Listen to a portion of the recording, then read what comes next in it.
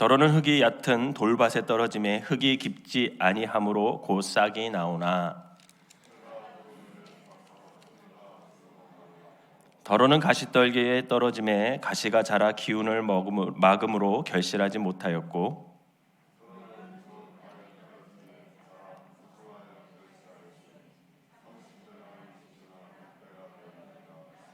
또 이르시되 들을 귀 있는 자는 들으라 하시니라.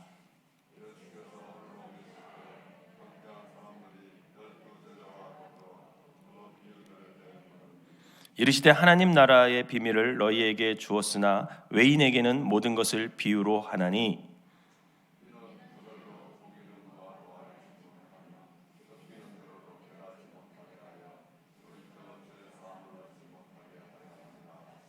또 이르시되 너희가 이 비유를 알지 못할진대 어떻게 모든 비유를 알겠느냐. 말씀이 길가에 부러졌다는 것은 이들을 가리킴이니 곧 말씀을 들었을 때 사탄이 즉시 와서 그들에게 뿌려진 말씀을 빼앗는 것이요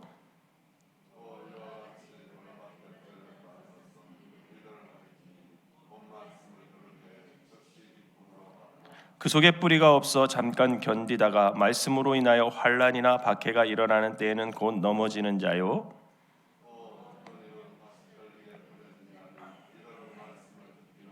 세상의 염려와 재물의 유혹과 기타 욕심이 들어와 말씀을 막아 결실하지 못하게 되는 자요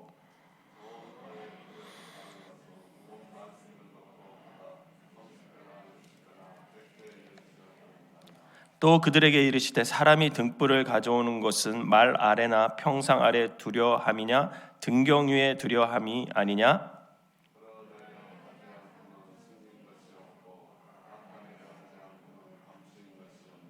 들을 귀 있는 자는 들으라.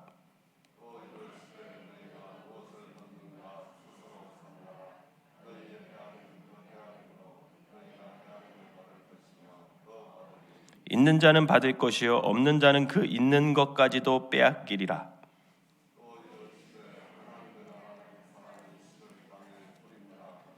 그가 밤낮 자고 깨고 하는 중에 씨가 나서 자라되 어떻게 그리 되는지를 알지 못하느니라.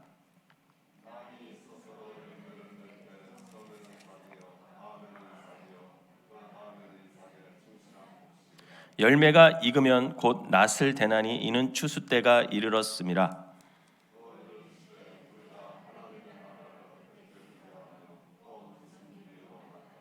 겨자씨 한 알과 같으니 땅에 심길 때에는 땅 위의 모든 씨보다 작은 것이로되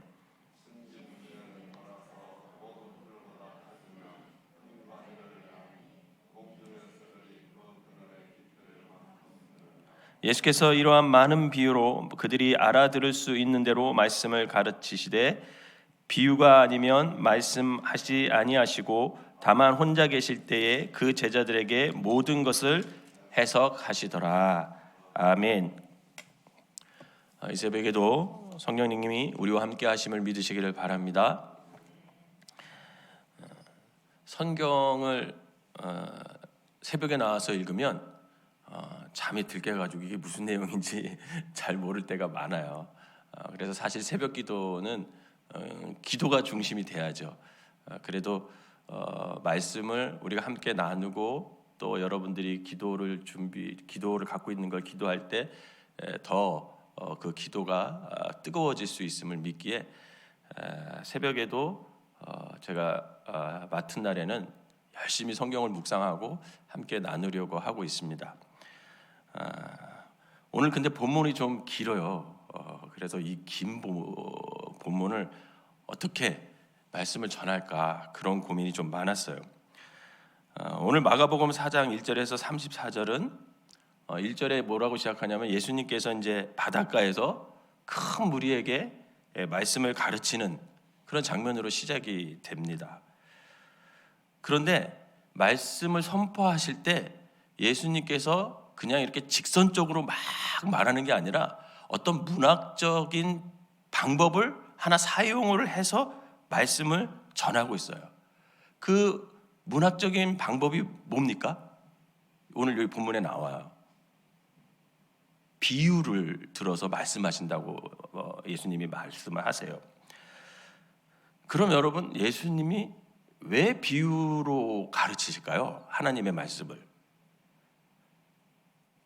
본문에 다 나와요. 두 가지 이유가 있어요. 두 가지 이유가 있는데, 첫째는 9절과 23절에 뭐라고 말씀하시냐면 들을 귀 있는 자들은 들으라는 거예요. 참 재밌는 표현 아닌가요?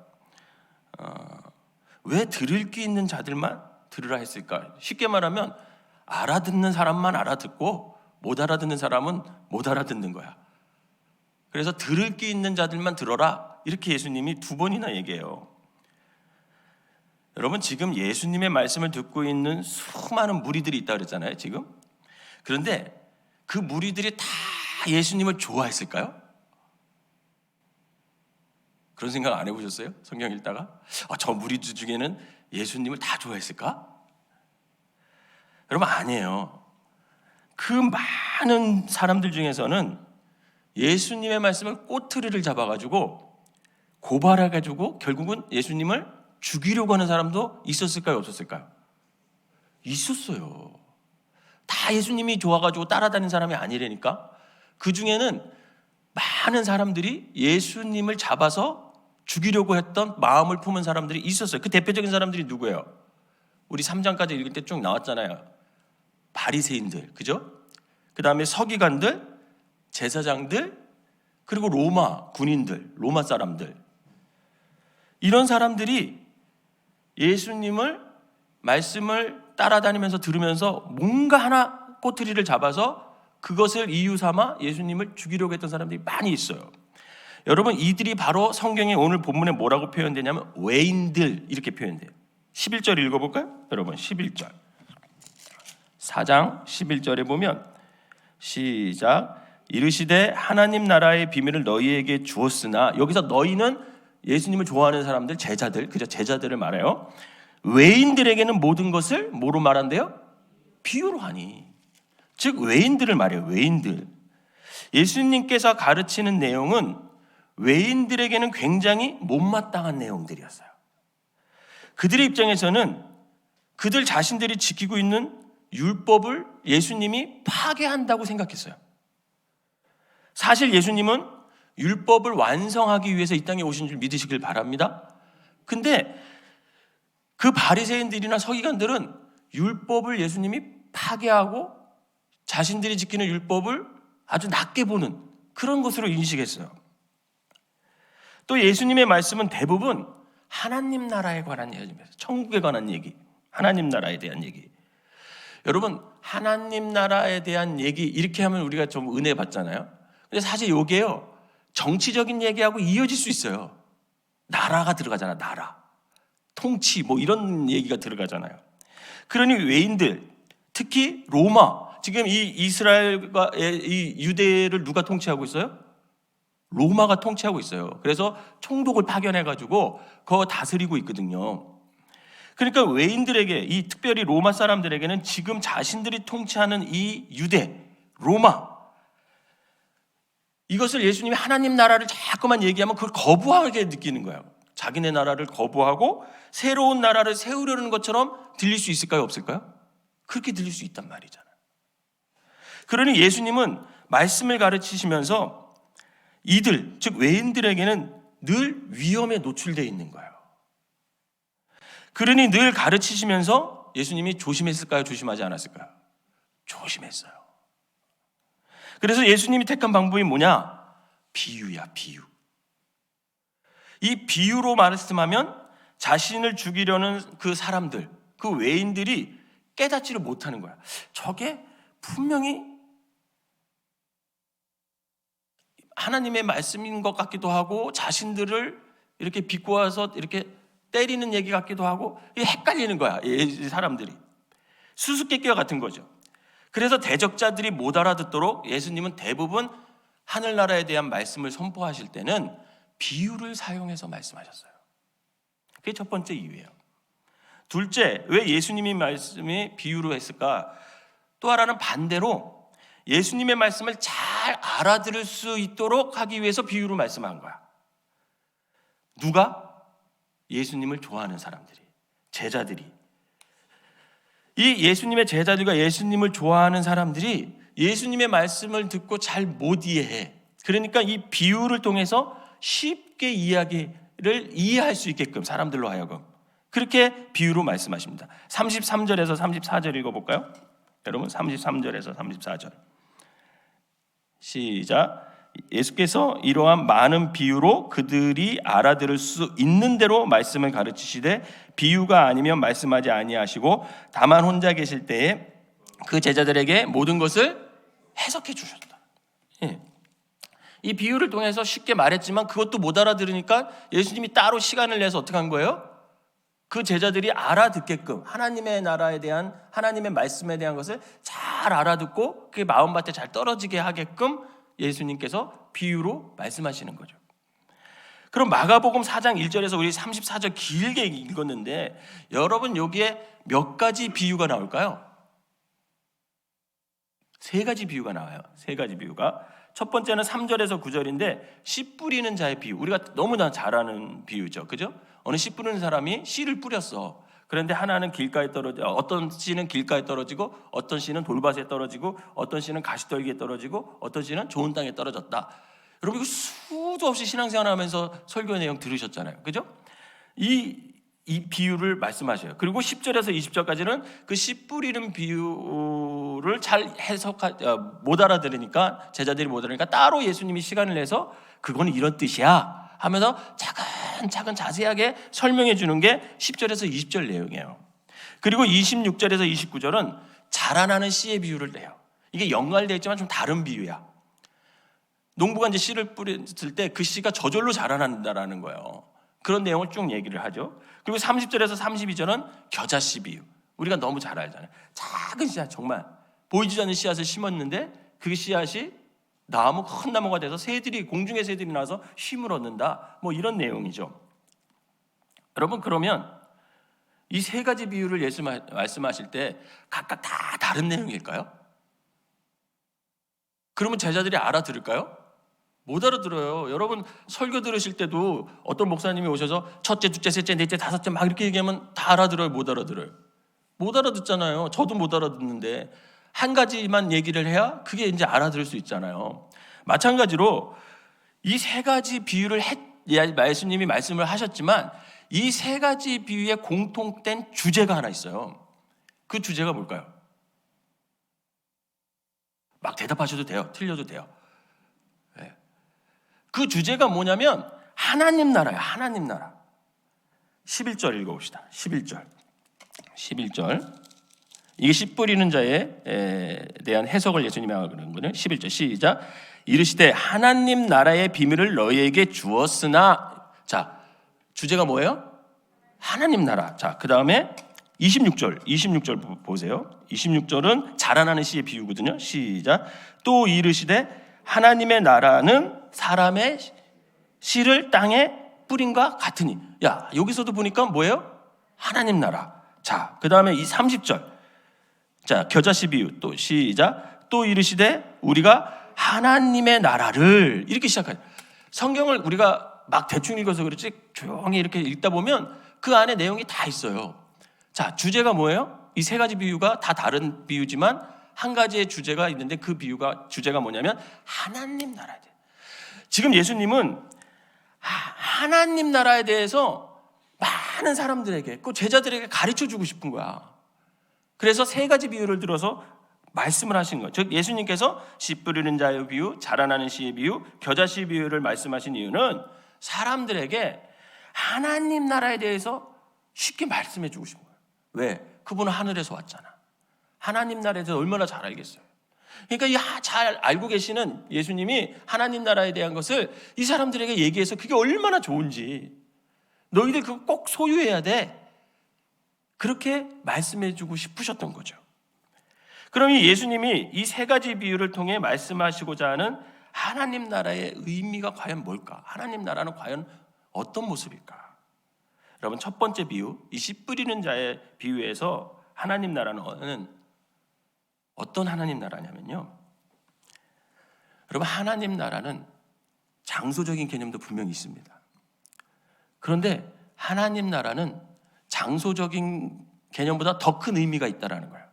즉 이 씨 뿌리는 자의 비유를 통해서 예수님께서 하나님 나라에 대해서 뭐라고 말씀하고 싶으시냐면, 하나님 나라는 예수 그리스도의 말씀, 이 예수 그리스도의 말씀을 통해서 이 땅에 임하고 각 사람들이 소유할 수 있어, 이거를 얘기해 주고 싶은 거예요.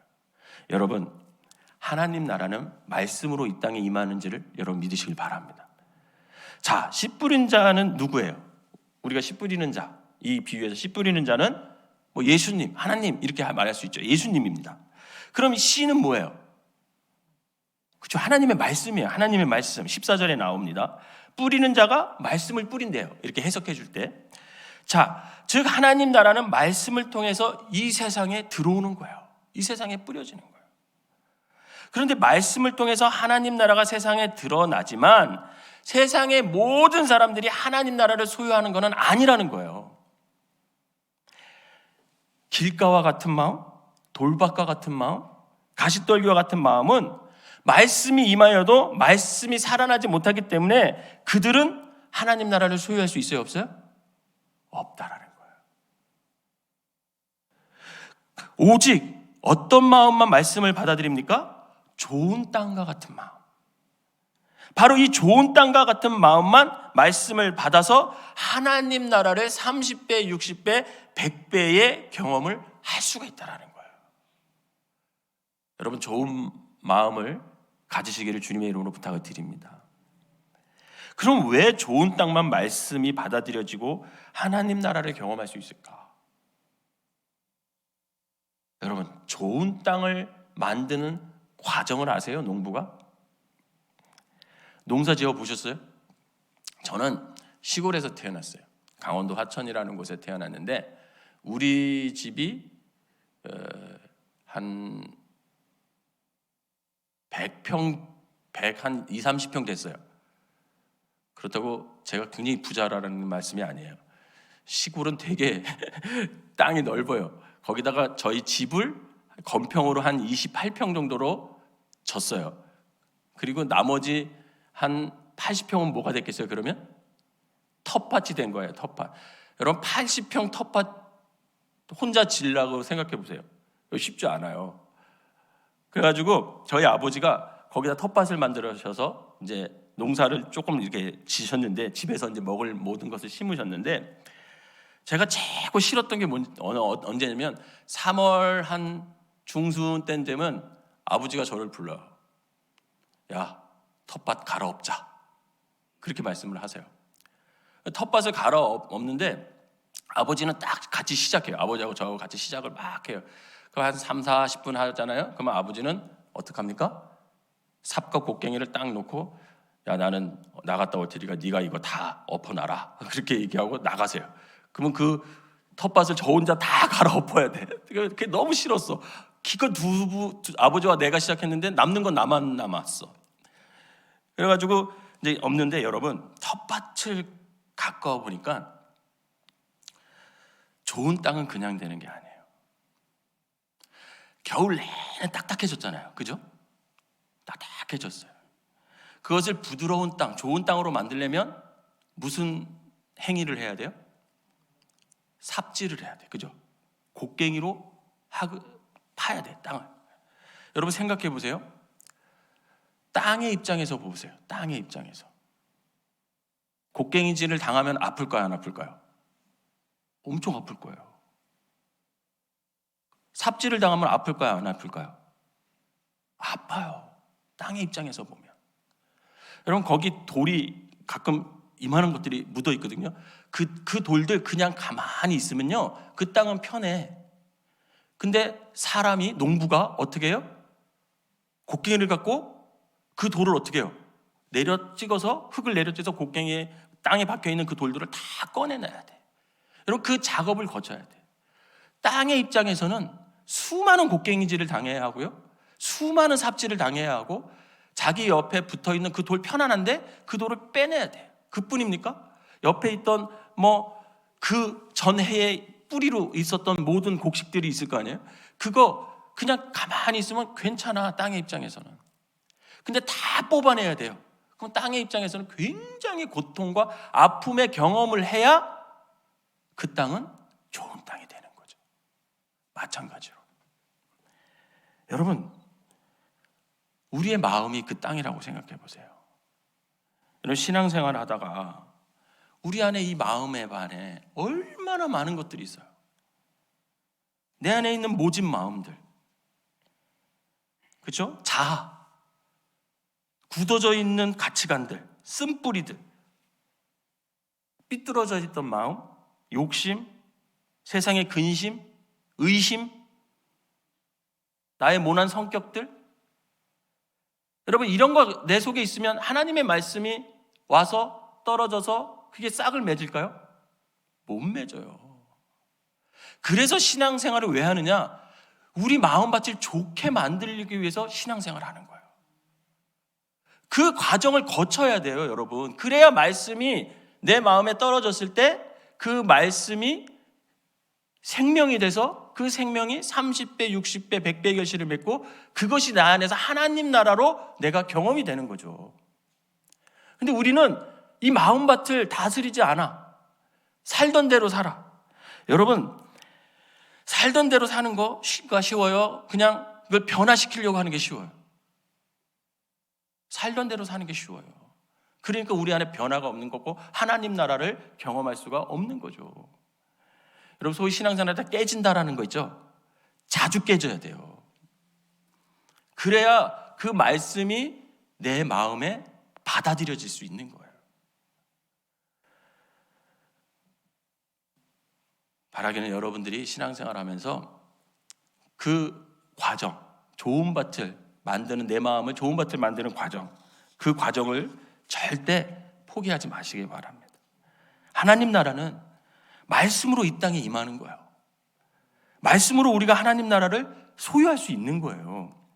바라기는 말씀이 잘 떨어져 30배, 60배, 100배의 결실을 맺을 수 있도록 날마다 나의 마음을 좋은 땅으로 갈아엎는 그 신앙의 여정을 포기하지 마시기를 주님의 이름으로 축원합니다.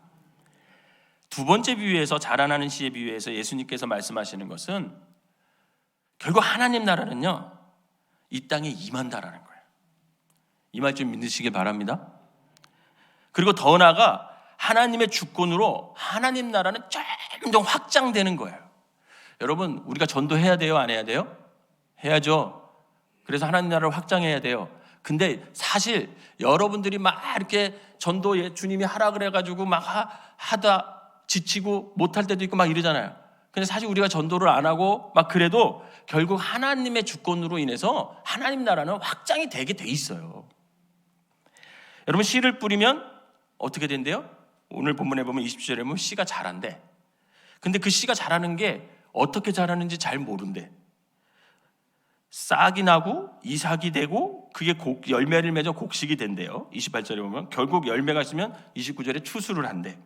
그런데 이 과정이 참 재밌는 표현이 있는데 28절에 뭐냐면 땅이 스스로 열매를 맺되 이렇게 돼 있어요. 28절에 보면 땅이 스스로 열매를 맺는다 이렇게 표현되어 있습니다.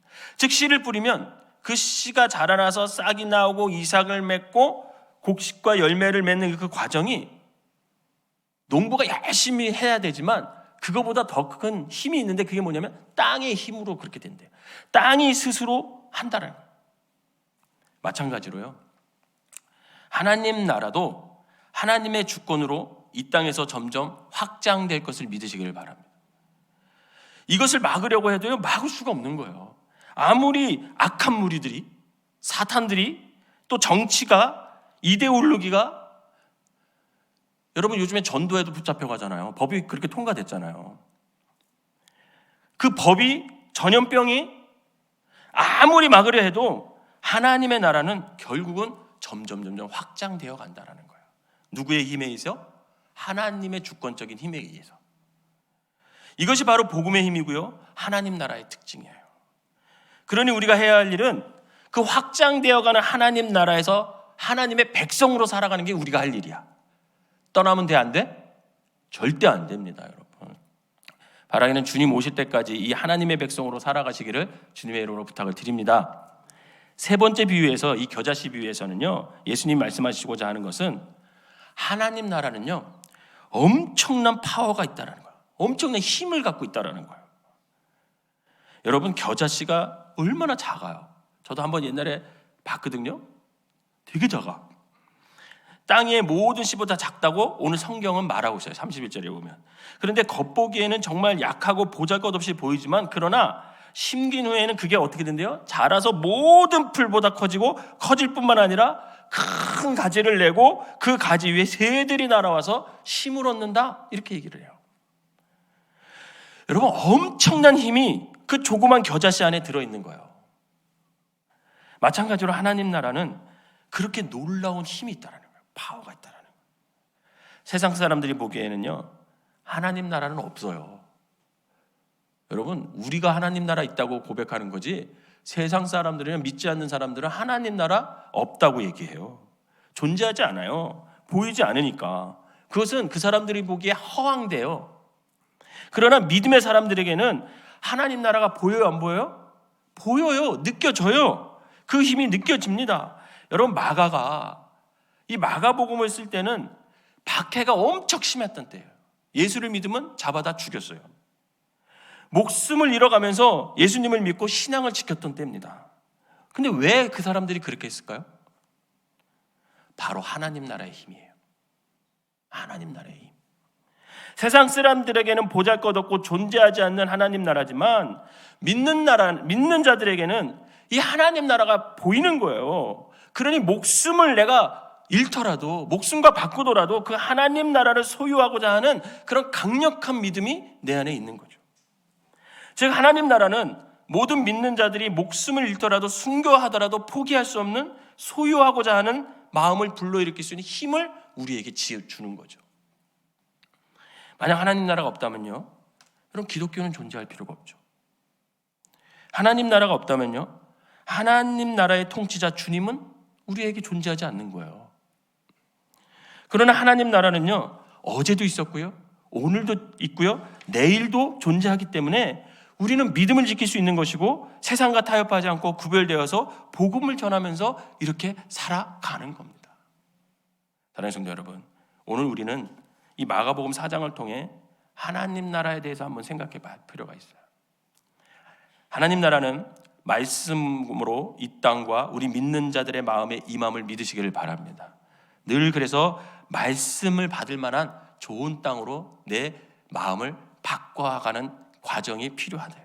두 번째로, 하나님 나라는 악한 세력들이, 정치가, 이데올로기가, 전염병이 아무리 막으려 해도 하나님의 주권 아래 날마다 확장되어감을 믿으시길 바랍니다. 그러므로 우리가 할 일은 하나님 나라의 늘 백성으로 살아가는 거예요. 세 번째, 하나님 나라는 우리로 하여금 어려운 시대에, 믿음을 지키기 힘든 시대에, 믿음을 지키기 어려운 이 시대에 믿음을 지킬 수 있는 힘을, 그 파워를 우리에게 제공해 줍니다. 바라게는 신앙생활 하시는 동안 날마다 말씀으로 하나님을 소유하며, 하나님 나라를 소유하며, 하나님 나라를 전파하고 하나님 나라를 누리며 살아가는 저와 여러분들이 되시기를 주님의 이름으로 축원합니다. 기도하겠습니다. 사랑과 은혜가 충만하신 하나님, 하나님 나라를 우리에게 소유할 수 있는 길을 열어주시니 감사를 드립니다. 말씀으로 우리가 하나님 나라를 소유할 수 있기에 오늘도 말씀에 나의 마음을 온전히 쏟습니다. 하나님, 우리가 길가와 같은 마음, 돌밭과 같은 마음, 가시떨과 같은 마음이 되지 않도록 우리의 신앙의 여정을, 아버지 하나님, 우리의 마음의 밭을 갈아엎는 그 신앙의 여정을 힘들지만 참아내며 인내하며, 아버지 하나님, 우리에 있는 모든 쓴뿌리들을 걷어내고 좋은 밭으로, 말씀을 받을 만한 밭으로 만들어서 하나님 나라를 아버지 경험하는 우리 모두가 되게 하여 주시옵소서. 하나님 나라가 늘 확장됨을 믿기에 오늘도 하나님의 백성으로 아버지 하나님 품위를 지키며 살아갈 수 있는 사람들 되게 하시고, 하나님께서 우리에게 허락하신 그 하나님 나라를 날마다 아버지 전하며 누리며 살아가는 오늘 하루가 되게 하여 주시옵소서. 예수님의 이름으로 기도하옵나이다. 아멘. 찬송가 546장 1절 부르고 통성으로 기도하다가 돌아가시도록 하겠습니다. 수험생들을 위해서 여러분들 기도해 주시고요. 그리고 교회와 목회자들을 위해서 기도해 주시고, 아픈 사람들을 위해서 기도해 주시고요. 또 여러분들 각자 기도 제목을 놓고 간절히 기도하시고 또 말씀을 통해서 늘 하나님 나라를 이 땅에서 경험하며 살아갈 수 있도록 기도하시고 돌아가시기를 바랍니다.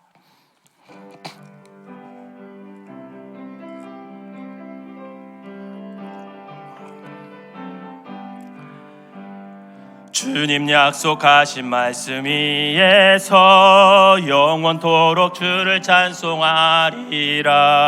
소리 높여 주께 영광 돌리며 약속 믿고 굳게 서리라. 굳게 서리 영원하신 말씀 위에 굳게 서리 굳게 서리 그 말씀 위에 굳게 서리라. 우리 주여 한번 부르고 동성으로 기도합니다. 주여 주여 주여. 사랑과 은혜가 충만하신 하나님 아버지 감사합니다. 이 새벽에도 주님께서 우리를 깨우시고 주님 전에 나와 함께 말씀으로 기도하게 하시니 감사를 드립니다. 하나님 아버지 하나님, 우리가 이 땅 살아가면서 아버지 힘들고 어려울 때마다 하나님 나라를 아버지 하나님 우리가 소유한 백성임을 깨달아 아버지 하나님 이 땅에 그 어렵고 힘든 것을 모두 이겨낼 수 있는 믿음을 오늘 우리에게 허락하여 주시옵소서. 그리하여 아버지 하나님 이 땅에 사는 동안 하나님 나라의 백성임에도 불구하고 하나님 나라를 누리지 못하는 어리석은 삶이 아니라 날마다 아버지 하나님 내 속에 있는 쓴뿌리들과 아버지 의심들, 교만들, 아버지 세상의 모든 것들 아버지 하나님 그것을 아버지 하나님 앞에 내려놓고 아버지 말씀으로 부딪혀 깨지고, 그래서 아버지 하나님 우리의 마음이 좋은 땅과 같은 마음이 되어서 하나님의 말씀을 받을 만한 충분한 좋은 땅이 되게 하여 주셔서 하나님 나라를 아버지 소유하고 하나님 나라를 누리며 아버지 이 땅에서 살아갈 수 있는 믿음의 사람들이 될 수 있도록 인도하여 주시옵소서. 세상이 아무리 아버지 우리를 핍박할지라도 하나님 나라는 확장된다라는 것을 믿음으로 고백하는 사람들 되게 하여 주셔서 하나님의 백성으로 아버지 하나님의 말씀 안에 순종하며 거룩한 백성으로 품위를 지키며 살아갈 수 있는 믿음의 사람들 될 수 있도록 주님 인도하여 주시옵소서. 아버지 수험생들을 위해 기도합니다. 이제 아버지 하나님 얼마 남지 않았는데 며칠밖에 안 남았는데 아버지 이번 주에 수능을 보는데 하나님께서 그들의 마음을 어루만져 주시고 건강을 책임져 주시고 가장 좋은 컨디션으로 아버지 하나님 시험을 잘 볼 수 있도록 그동안 준비한 모든 것을 쏟아내는 아버지 그런 시간이 될 수 있도록 주님 그들의 지혜와 그들의 건강을 아버지 하나님 붙잡아 주시옵소서. 아버지 아이들을 위해 아버지